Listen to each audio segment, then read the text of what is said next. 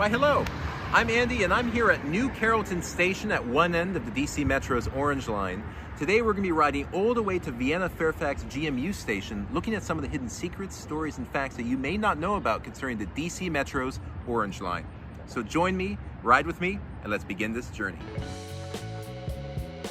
Welcome to Secrets of the Orange Line. The Orange Line starts in Prince George's County, Maryland at New Carrollton Station and heads southwest, where it joins up with the Blue and Silver lines as it crosses the Anacostia River, entering the DC core. After traveling through DC, the line crosses the Potomac River and splits from the Blue Line, continuing through Arlington until it splits from the Silver Line, ending at Vienna Station in Fairfax County, Virginia. Our Orange Line journey, however, begins back at New Carrollton. So a lot of the secrets here at New Carrollton Station don't so much have to do with what is here right now, but what was at the station before, specifically what used to be behind me and behind this fence. New Carrollton's original entrance plaza featured a clock tower and uniquely designed parking garage, both covered in beautiful Italian source mosaic tiles. The tiles were part of an art installation entitled Dawn and Dusk by Heidi Lippman, installed in 1999. The complex itself was designed by notable architecture firm Skidmore, Owing & Merrill. We were able to capture the garage and clock tower back in 2022. Sadly, both structures were demolished later that year to make way for a larger and more modern, albeit boring, parking garage, as seen here. But if you miss seeing the much-beloved mosaics, don't despair. Well, if you're feeling a little bit sad that you might not be able to see parts of those mosaics now that the clock tower and the garage are gone, have no fear, for parts of those mosaics, slabs from those mosaics, were actually taken and put back together by Heidi Lippman and Dawn and Dusk Resurgent, a piece of artwork right here by the Metro's new administration building in New Carrollton, and this plaza is under construction. And continuing on the theme of what used to be in New Carrollton, the Metro faregates featured signs, until recently, indicating Smart Trip Express lanes. These express lanes were from when Smart Trip cards were first rolled out, being used at the same time as Metro's original paper fares. With the paper fare cards long gone, it was impressive to see that this sign was still lingering as late as 2022. At the station's north entrance, you'll find one of Metro's early canopy designs, built well before the more modern and standardized canopies were installed system-wide. It's also from this north entrance where you can access this unique pedestrian bridge linking the station to the IRS offices across the street. Of course, New Carrollton is well known for being a stop on Amtrak's Northeast Corridor and MARC's Penn Line, with the stations integrated into one complex. The Amtrak station features a waiting area which was unfortunately closed during our visit. And as a fun aside, the Amtrak and MARC platform is a great place to do some train washing.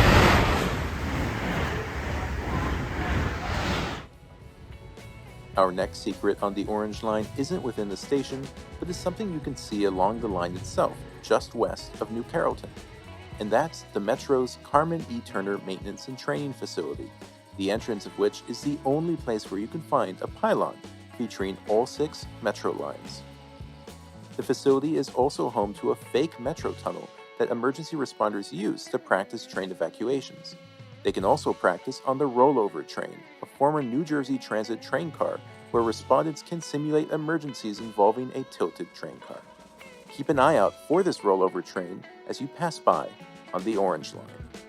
As we continue our journey west, we arrive at our first stop, Landover, admiring the monumental station entrance that is quite similar to New Carrollton. And after Landover, we encounter Cheverly, one of the most unusual stations in the entire Metro system. So now we're here at Cheverly Station, 2 stops south of New Carrollton, where we find some of the most unique and interesting, if not a little weird, architecture in the entire Metro system. Cheverly Station features a unique bunker-style architecture that results in narrow window slits that you can see on the overpass that crosses both the mainline freight tracks as well as the Orange Line. It's also worth mentioning that Cheverly is the second least used station in the entire Metro system, only after Loudon Gateway on the recently opened Silver Line Phase 2 extension. Crossing into Washington, D.C., we arrive at Deanwood. The station's main passageway never closes, as it serves as a pedestrian connection between the residential neighborhoods east and west of the railroad tracks, which lead to this quiet entrance on the west side. Minnesota Avenue Station has a similar passageway, although the west entrance connects to a ramp leading directly to this pedestrian bridge over DC Route 295. A newer pedestrian bridge has been built over the highway, which connects to the station's larger east entrance. Past Minnesota Avenue, the Orange Line soars above the Anacostia River, offering wonderful views of DC and even the U.S. Capitol. Joining up with the Blue and Silver lines. The blue, orange, and silver trunk line runs through downtown DC from Stadium Armory all the way to Rosslyn in Virginia, where the blue line splits. We've already covered this section of the DC Metro in our Secrets of the Blue Line video, so be sure to give it a watch if you haven't already. Our first station west of Rosslyn on the Orange and Silver Line branch is Courthouse. It's at this station where you'll find a myriad of tunnels branching from the station's mezzanine.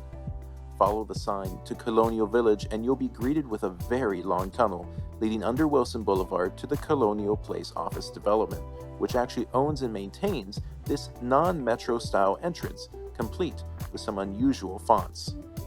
Alternatively, you can follow the sign for Courthouse Plaza and pass the only direct connection from a metro to a movie theater, without having to walk through a mall, that is. That being said, the entrance to the AMC Courthouse Plaza is unfortunately closed, and if you want to see any films here, you'll have to take the escalators up to the plaza itself. One stop down the line is Clarendon, whose concourse also features a direct connection to the 3100 Clarendon Boulevard office building. But we recommend you come all the way up to street level, where you'll find that the Metro pylon has been placed on a very elegant compass rose. Passing through Virginia Square-GMU station, which was originally planned as Nelson Street Station, we arrive at another piece of metro infrastructure hiding in plain sight. Now, if you recall the fake firehouse we saw at the Georgia Avenue Petworth station in the Secrets of the Green Line video, you'll remember that Metro loves to disguise its infrastructure whenever possible. And so we're here between Virginia Square and Ballston Metro stations at the corner of North Quincy Street and Fairfax Drive, where you'll find another one of Metro's chiller plants, those being the systems that help run the air conditioning in the stations below. This chiller plant is disguised to be like a water feature, which you can see right here. At Ballston-MU station, originally called Glebe Road in planning documents, you'll find another one of Metro's rare early canopies. After Ballston-MU station, the Orange Line resurfaces in the middle of Interstate 66.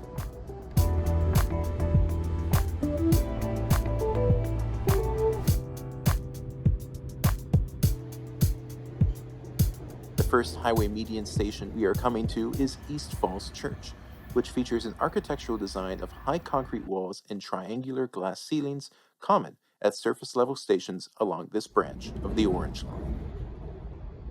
After East Falls Church, you'll see that the line grows to 4 tracks, as this is where the Silver Line branches off to Tysons, Dulles Airport, and Ashburn, via Flying Junction over the Orange Line.